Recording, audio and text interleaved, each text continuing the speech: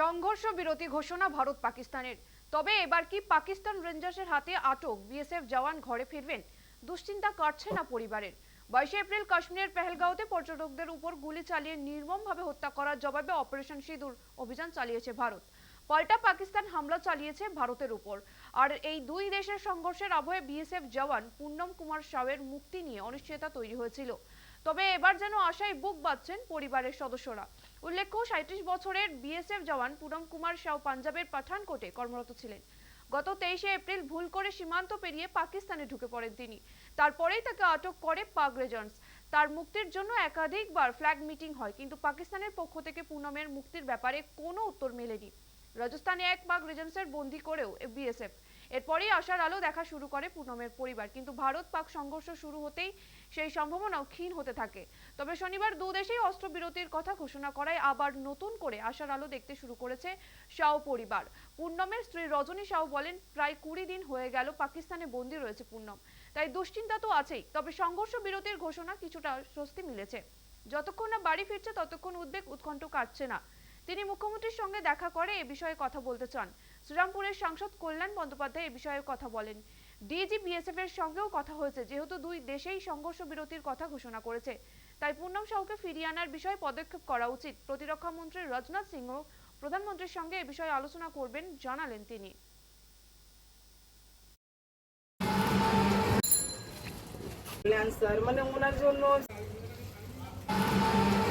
দেখুন, এখন তো দুটো দেশেই আমাদের যুদ্ধ চলছিল, পাকিস্তান ইন্ডিয়া নিয়ে। তো কালকে নিউজ দেখলাম কি ওইটা মানে ইয়ে করা হয়েছে, বন্ধ হয়েছে এখন। তো দেখুন এখন কি হবে আমরা জানি না, কিন্তু কালকে নিউজে আমি রাতেও দেখলাম কি অ্যাটাক হয়েছে একটা, পাকিস্তান তো ওরা অ্যাটাক করেছে।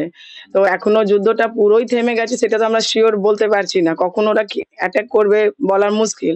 তো এই সপ্তাহের মধ্যে ফেসে আছে আমার হাজবেন্ড, ঠিক আছে? তো ওনাকে ছাড়ানোর জন্য এনারা কি ব্যবস্থা করছেন সরকার দিয়ে, আমি এটাই নিবেদন করছি কি কতদিন এইভাবে আর চলবে। আজকে 20 দিন হতে চললো, আপনারা যুদ্ধ করছেন, সবই কিছু করছেন, ঠিক আছে, যেই মানুষটা ফেসে আছে ওকেও তো বার করার কোনো ইয়ে করবেন আপনারা, সেটাই আমি এখন কিছু বলতে পারছি না। তারপরে আমরা যত নেতা আর সবাই এসেছিল, আমি সবার কাছে একটাই রিকোয়েস্ট করলাম কি একটু আমাদের সিএম ম্যাডাম আছেন মমতা দিদি, ওনার কাছে আমি 10 মিনিটের জন্য মিটিং করতে চাই। আজকে 1 সপ্তাহ হয়ে গেল, ওনারা বলছেন ঠিক আছে জানাবো, আজকাল করছেন। দেখি যদি আমি 10 মিনিট টাইম পাই তাহলে ওনাকে রিকোয়েস্ট করবো কি প্লিজ, উনি তো আমাদের স্টেটের সিএম, যদি আমাদের প্রধানমন্ত্রী বা নরেন্দ্র মোদী স্যারকে কিছু বলেন তাহলে ব্যবস্থা করা যায়। আমি চাইছি তাড়াতাড়ি এই সব নিয়ে মানে ঝামেলাটা শেষ হোক। আর ভাল লাগছে না, আমার শরীর এই অবস্থায়, আমি আর টেনশন স্ট্রেস নিতে পারছি না। আমি এটাই নিউজে শুনেছি কি সিজ ফায়ারটা আটকে গেল, যুদ্ধ বন্ধ হয়ে গেল। আজকে 20-22 দিন হয়ে গেল, এখন পর্যন্ত ছেলে আমার রিটার্ন আসে, ইন্ডিয়া আসেনি। আমি বারবার বলবো কল্যাণ মুখার্জি,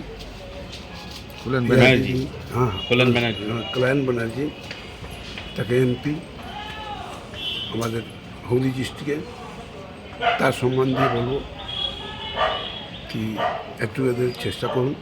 তারপরে দিদিকে একটু জানান যে দিদির সঙ্গে একটু আমাদের বসে একটা মিটিং করতাম 10 মিনিটের জন্য আমাদেরকে টাইম দিয়ে। আর আমি এটাও বলবো कि मोदी, नरेंद्र मोदी या